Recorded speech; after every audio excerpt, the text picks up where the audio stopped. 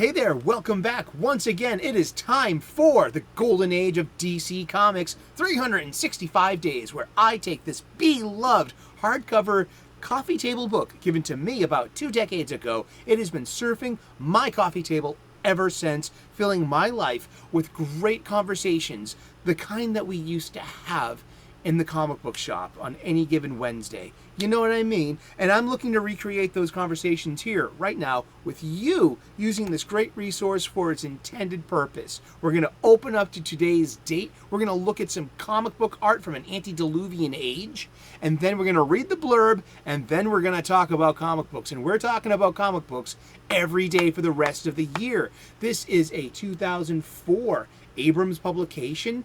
This has been written and curated by Geoff Spear, Les Daniels, and Chip Kidd. There is a link to the Amazon page in the description, and you can get one yourself. And it will look great on your coffee table. You can play along at home, and it makes a great gift for any geek. I know. The golden age of DC Comics runs from 1938 until 1955. We're actually going to talk about the very end of the golden age of comics and what led to it, and the beginning of a new age, the Silver. And we're going to get to that. The Silver Age begins in 1956 and runs until 1970. The Bronze Age, I'm a Bronze Age baby, runs between 1970 and 1985.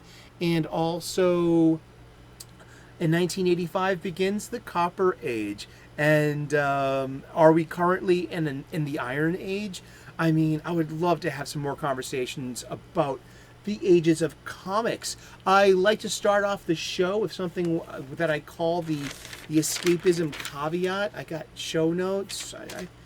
I use show notes. This is a professional, not production. This is just this is love, my love of comic books, and I want to share this love of comic books with you and my enthusiasm and my ebullience on the subject. But this has my ebullience as well, and it's a little critical, but I still mean it all the same, and I mean it fairly. I'm being fair here. I really am, to my own level of fairness, okay? And it's called the escapism caveat.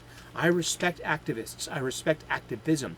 Activism is sorely needed in this world. We need to, improve the quality of life of everyone and everything living on this planet.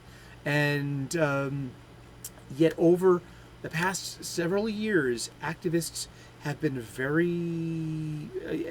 acting like bullies, especially in fandoms such as mine, as this comic book fandom, and also in television shows, and in different areas too, like video games, churches, and sports. It's like there's an intersection of all these real world crises and problems, and so activists are using our spaces as their platform to disseminate their message. And you know what's as equally as important as activism? Escapism, the ability to leave behind the world's problems just for a few moments in a day.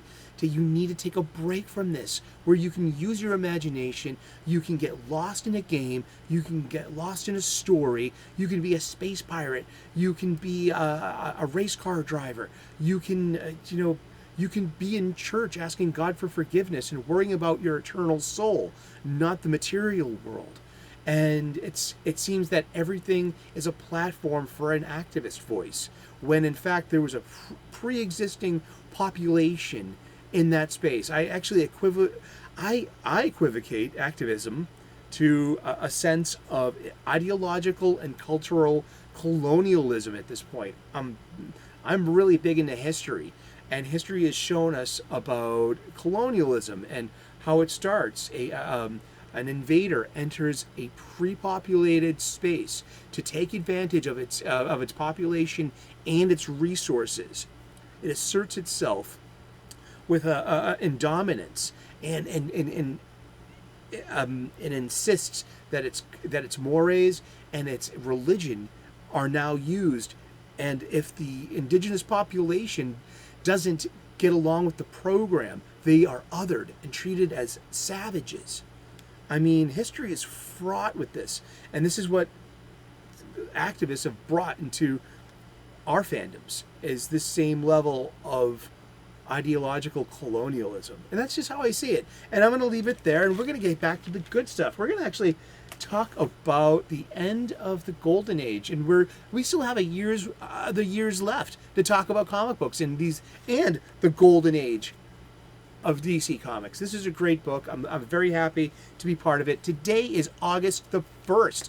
Where is summer going, huh? Well, indeed, I hope you're keeping cool and keeping your cool. Indeed. Isn't that cool?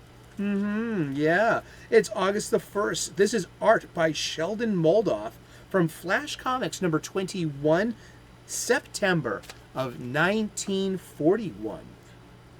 Get a real eyeful here. It's like walking into a David Lynch movie sometimes, huh?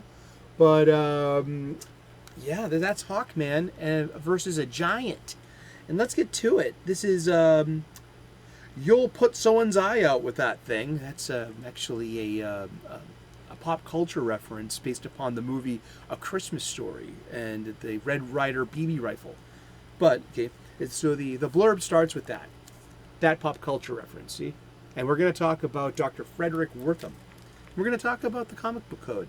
And we're going to talk about also the 1954 United States Senate Subcommittee on Juvenile Delinquency, which led to that and at the end of the Golden Age. Let's read this blurb. When Dr. Frederick Wertham published Seduction of the Innocent in 1954, his diatribe against sex and violence in comic books created an uproar. Much of what he viewed with alarm seemed pretty tame in today's more permissive climate. But 50 years ago, and this would be really 70 years ago now because this book is almost two decades old, but he nearly put Wertham nearly put comic books out of business. One of his obsessions was what he called the, quote, injury to the eye motif, unquote. But he may have missed this example, which was clearly inspired by a similar scene in Homer's The Odyssey. DC ordinarily avoided this sort of thing, but apparently felt that giants from outer space were fair game. Yeah, there you go. It's Hawkman in a spear flying up to the giant to perhaps blind him or to injure him to get him to leave the earth alone and leave the city alone. Indeed. But let's talk about Frederick Wertham. Who is Dr. Frederick Wertham? What is the Seduction of the Innocent? And what does this have to do with comic books and the end of the Golden Age? It's got everything to do with the end of the Golden Age. Frederick Wertham was a psychiatrist, and he was born in Germany, what we would consider Germany, in Bavaria. And he emigrated to the States, and he was a very, very smart man. He was very deeply involved with urban communities and with working with underprivileged people and minorities and what we would call marginalized communities today. And so Frederick Wertham was pretty progressive for his day, and he worked a lot with African American communities in cities and children too. And his big thing was about Seduction of the Innocent in 1954. He would basically claim that comic books, being so violent, were like a gateway drugs to juvenile delinquency. And the juvenile delinquency was a huge concern in the late 40s and early 50s. It was like this. You had the Red Menace. You had this wrestling for America's soul. Have you heard this one before? Recently? I mean, seriously. I mean, just like, plus la même chose, n'est-ce pas? D'accord, mais oui. Wet my whistle. So Frederick Wertham published this book called The Seduction of the Innocent in 1954, where he's making claims that comic books are bad for kids, especially with all the graphic violence.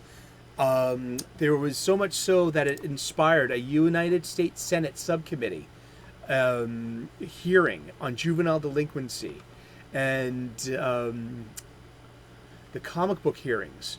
The public hearings took place on 21st April, 22nd April, and 4th of June in 1954 in New York. They focused, I'm reading from the wiki, they focused on particularly graphic crime and horror books of the day and their potential impact on juvenile delinquency. And because of the unfavorable press coverage, because of this, the comic book industry adopted the Comic Code Authority, a self-regulatory ratings code that was initially adopted by nearly all comic book publishers and continued to be in use until about 2011. In the immediate aftermath of the hearings, several publishers were forced to revamp their schedules and drastically censor or even cancel many popular, long-standing comic book series. Yeah, the Comic Books Code Authority, it was had a criteria.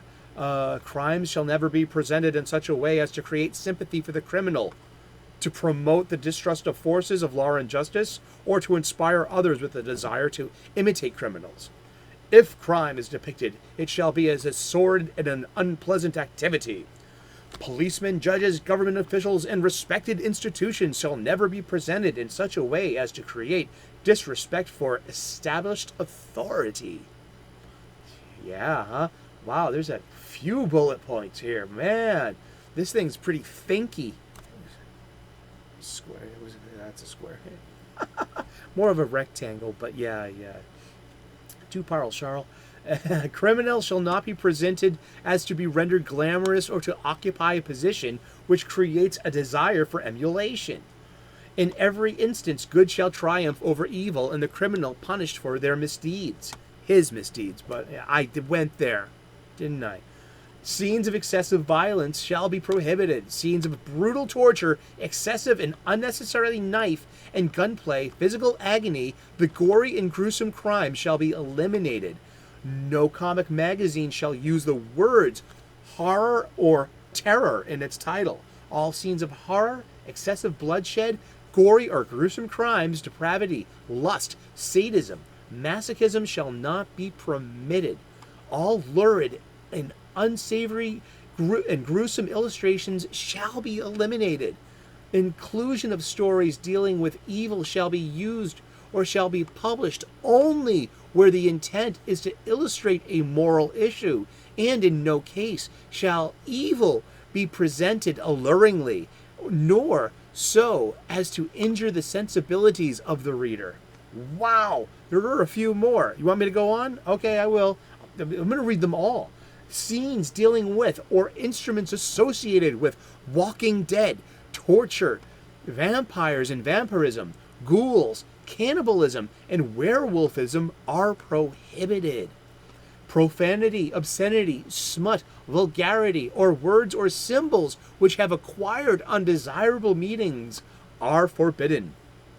Nudity in any form is prohibited, as is indecent or undue exposure. Suggestive and salacious illustration or suggestive posture is unacceptable. Females shall be drawn realistically without exaggeration of any physical qualities. Illicit sex relations are neither to be hinted at nor portrayed. Rape scenes as well as sexual abnormalities are unacceptable. Written in a day also when homosexuality was a mental disorder, codified by the American Medical Association. This is true. Seduction and rape shall never be shown or suggested. Sex perversion or any inference to the same is strictly forbidden. And the last one, nudity with its with its purpose and salacious postures shall not be permitted in the advertising of any product. Clothed figures shall never be presented in such a way as to be offensive or contrary to good taste or morals. That is the code criteria of the Comics Seal of Approval. Yeah, come on. Maybe I should get out of the frame. I need my cameraman to work with me. There you go. Approved by the Comics Code Authority. That's the seal. Yeah. And I'm gonna get Frank Miller to sign this too at the Boston Comic Con that's coming up. It's Fan Expo Boston. Frank Miller will be there. I will wait in line. I will have this. It's priceless to me, seriously. And yeah, that's comic books. But also, I got distracted. Updating the code. The code was updated in the 70s. And here's something about Frederick Wortham too. Among the criticisms leveled at Seduction of the Innocent are that Wortham used a non-representative sample of young people who were already mentally troubled, that he misrepresented stories from colleagues as being his own, and that Wortham manipulated statements from adolescents by deliberately neglecting some passages while rephrasing others that they better suited his thesis. What we can say in hindsight is Wortham happened. He had an impact. And the Comics Code of Authority was in 1955. That was the end of the golden age of comic books. That's when the comics the comics publishers took on the Comic Code seal on this little thing here, and then DC began writing new stories with newer interpretations of their library.